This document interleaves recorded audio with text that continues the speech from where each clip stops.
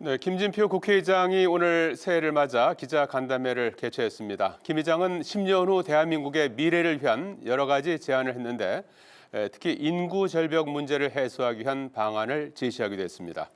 자세한 소식 취재기자 연결해 알아보겠습니다. 장정현 기자. 네, 국회 중앙홀에 나와 있습니다. 김 의장의 신년 기자간담회 내용부터 짚어보죠.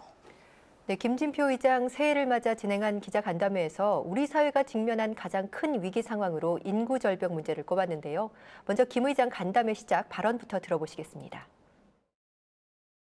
지금 우리는 인구 절벽의 위기, 글로벌 기술 패권 경쟁, 불안정한 국제 정세 등 정치, 경제, 외교, 안보 등 모든 분야에서 위기 극복을 위한 패러다임의 대전환이 절실합니다.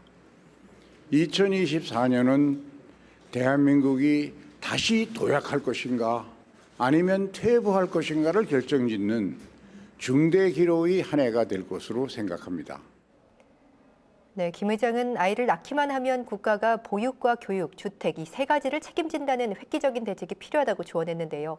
사교육비를 방치한 저출산 대책은 백약이 무효라면서 AI, 교육 혁신도 강조했습니다.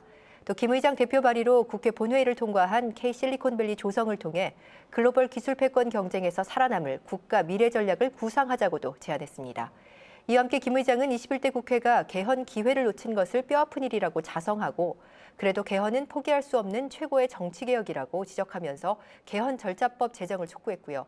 또 선거구 획정제도 개선과 인사청문회 제도 개선, 국회 예결산 심사권 강화와 상임위 개편을 국회 남은 과제로 꼽았습니다. 네, 장정현 기자, 한동훈 국민의힘 비대위원장이 오늘 광주를 방문했는데요. 취임 후 첫 광주행이군요. 그렇습니다. 취임 이후 첫 광주를 방문한 한동훈 비대위원장은 오전에 광주학생 독립운동기념탑과 5.18 민주묘지를 찾아 참배했습니다. 이 방명록에는 민주주의를 위한 광주 시민의 위대한 헌신을 존경한다. 그 뜻을 생각하며 동료 시민들과 함께 미래를 만들겠다고 적었고요. 참배 후에는 기자들과 만나 헌법 전문에 5.18 정신을 수록하는 것에 적극 찬성한다고 말했는데 다만 원포인트 헌법 개헌에 대해서는 쉬운 문제가 아니라는 의견을 밝혔습니다. 이후에는 광주시당 신년 인사회에 참석해 국민의힘 지지세가 약한 호남에서 통합 메시지를 내는 데 주력했습니다. 오후에는 충북도당 신년 인사회에도 참석할 것으로 알려졌습니다. 네, 이재명 대표가 어제 오후 서울대병원 중환자실에서 일반 병실로 옮겼는데요. 당무 복귀 의지를 밝혔다고요. 그렇습니다. 홍익표 원내대표가 라디오 인터뷰에서 전한 내용인데요. 이 대표가 빠른 시일 내에 당무에 복귀하려는 의지가 있다고 말했습니다. 다만 의료진이 판단해야 하는 만큼 이 대표가 퇴원해서 당에 복귀할지는 지켜봐야 한다고 전했습니다. 이 대표 수술을 집도한 서울대병원 의료진은 오늘 브리핑을 했는데요. 이 대표가 동맥이나 기도 손상 없이 회복 중이고 차후 경과를 지켜봐야 하는 상황이라고 밝혔습니다. 현재 정치권에서는 이 대표를 피습한 피의자의 당적 여부가 논란이 되고 있는데요. 이와 관련해 홍 원내대표는 당적 여부가 이 사건의 본질이 아니라고 강조했고요.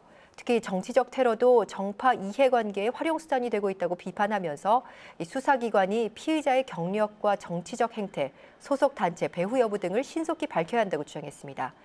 경찰은 범행 동기를 조사하기 위해 피의자 당적 등을 확인하고 있는데요. 여야는 모두 당적을 확인해 준 상태로 이 명확한 사실이 밝혀지기 전까지는 정치적 해석을 경계하는 모습입니다. 지금까지 국회에서 전해드렸습니다.